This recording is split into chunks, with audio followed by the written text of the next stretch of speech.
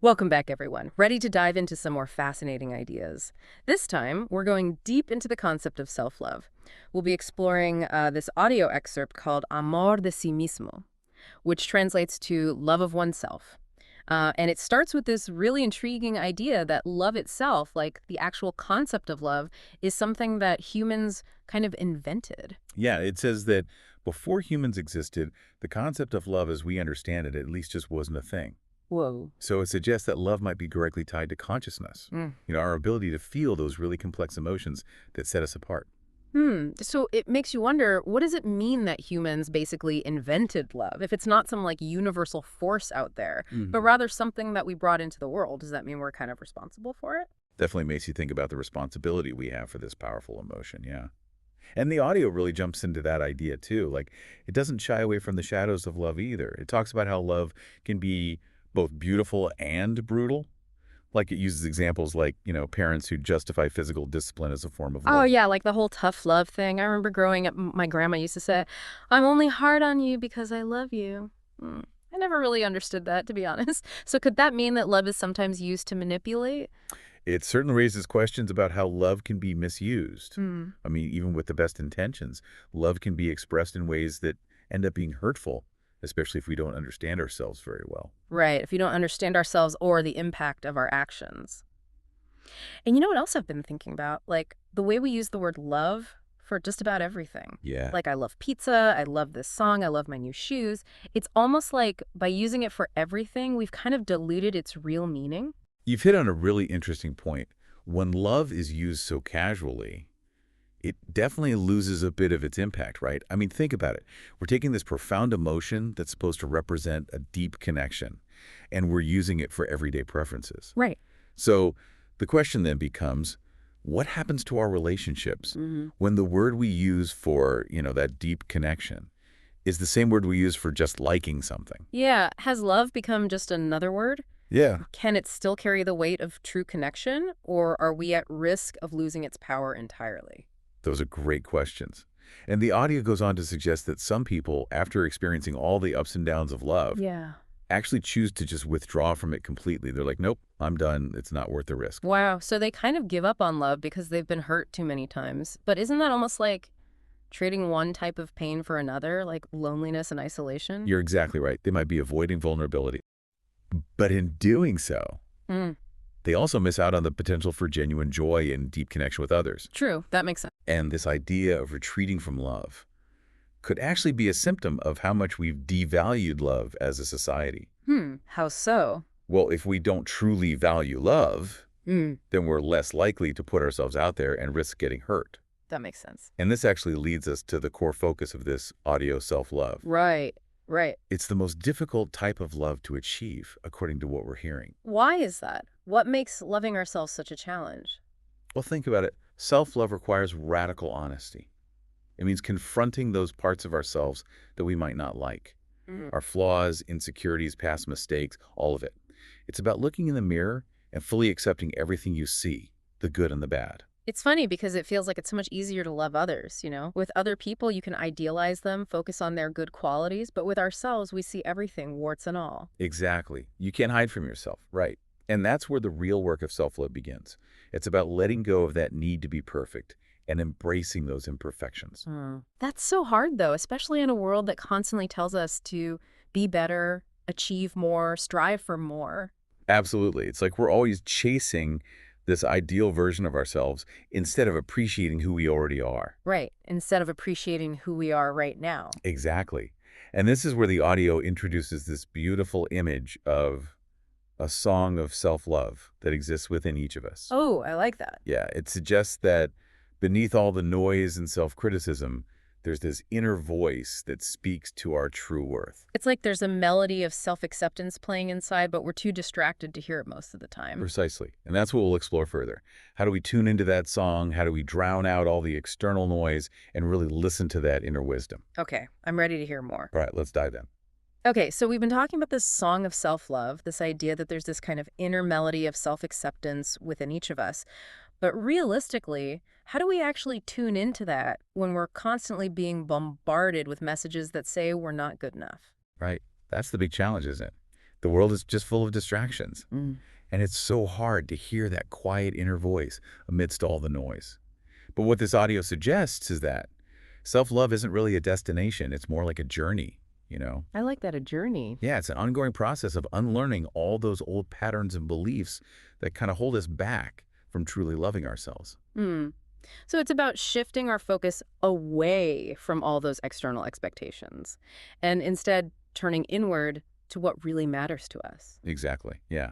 And a huge part of that is shifting from needing external validation to a place of internal acceptance. Okay, internal acceptance. Yeah, it's about recognizing that our worth isn't dependent on what other people think.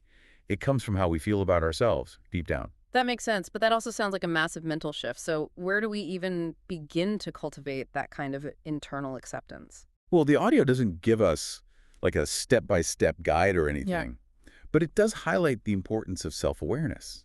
It's about tuning into our thoughts and feelings, noticing those negative self-talk patterns, and most importantly, challenging them with messages that are more loving and supportive. So, like, instead of saying, I'm so stupid when we make a mistake, we could say, everyone makes mistakes. I can learn from this. Exactly. It's like treating ourselves with the same kindness and compassion that we would offer a close friend. Right. Imagine a friend comes to you feeling down about a mistake they made. You wouldn't just start berating them, would you? Yeah, of course not. You'd offer support and encouragement. That's the kind of grace we need to extend to ourselves. I like that, like being our own best friend. But there's this one part of the audio that really stuck with me. It says that very few people ever actually achieve true self-love.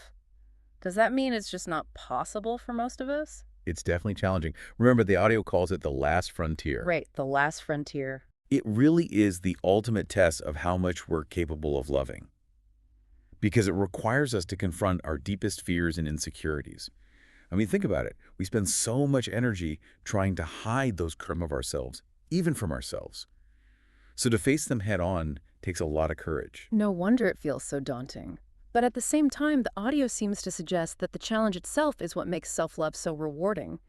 It's in those moments when we confront our shadows that we actually discover our true strength and resilience. Absolutely. It's like the deeper we dive into ourselves, the more treasures we end up uncovering.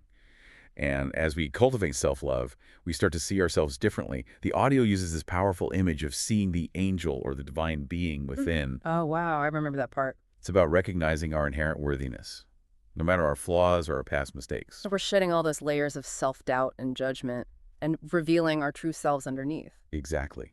And that's where real transformation begins. When we can truly love and accept ourselves, we become more confident, compassionate, and authentic in everything we do. So self-love isn't just about feeling good, it's about unlocking our full potential. Absolutely. You got it. It's the foundation for healthy relationships, meaningful work, a life filled with purpose and joy. And it impacts how we interact with the world around us, too. The audio emphasizes that we have a choice. We Yeah. can stay stuck in those old patterns of self-doubt, or we can choose to embark on this journey of self-love. Like we're standing at a crossroads, and the path we choose determines the direction our life takes. Wow. So as we head into the final part of this deep dive, I want you to think about this. What steps can you take starting today to nurture your own self-love? What does that journey look like for you personally? All right, so we've talked about self-love as this journey, this process of uncovering that song of self-love inside us. But I think a lot of people might be wondering, what does it actually look like to reach that point of really accepting yourself? Like, does the audio give us any clues about that? Well, it doesn't lay out a specific roadmap or anything, but it does stress that self-love is a choice. It's a choice we make every single day. It's not some passive feeling that just kind of happens to us. It's an active commitment to ourselves, to our own well-being. So it's not about waiting for self-love to magically appear. It's Yeah. about making a conscious effort to actually cultivate it. Okay, so then what does that look like in our daily lives? The audio uses this really great analogy. It compares self-love to tending a garden. Oh, interesting. Yeah, you have to nurture the soil, you have to plant those seeds, water them regularly, pull out the weeds. And cultivating self-love is similar. It means paying attention to our needs, setting healthy boundaries, practicing self-care, and really importantly, challenging those negative thoughts and beliefs that we tend to hold on to. So it's about showing up for ourselves consistently, even when it's hard, Exactly, yeah. And remember, self-love doesn't equal perfection. right?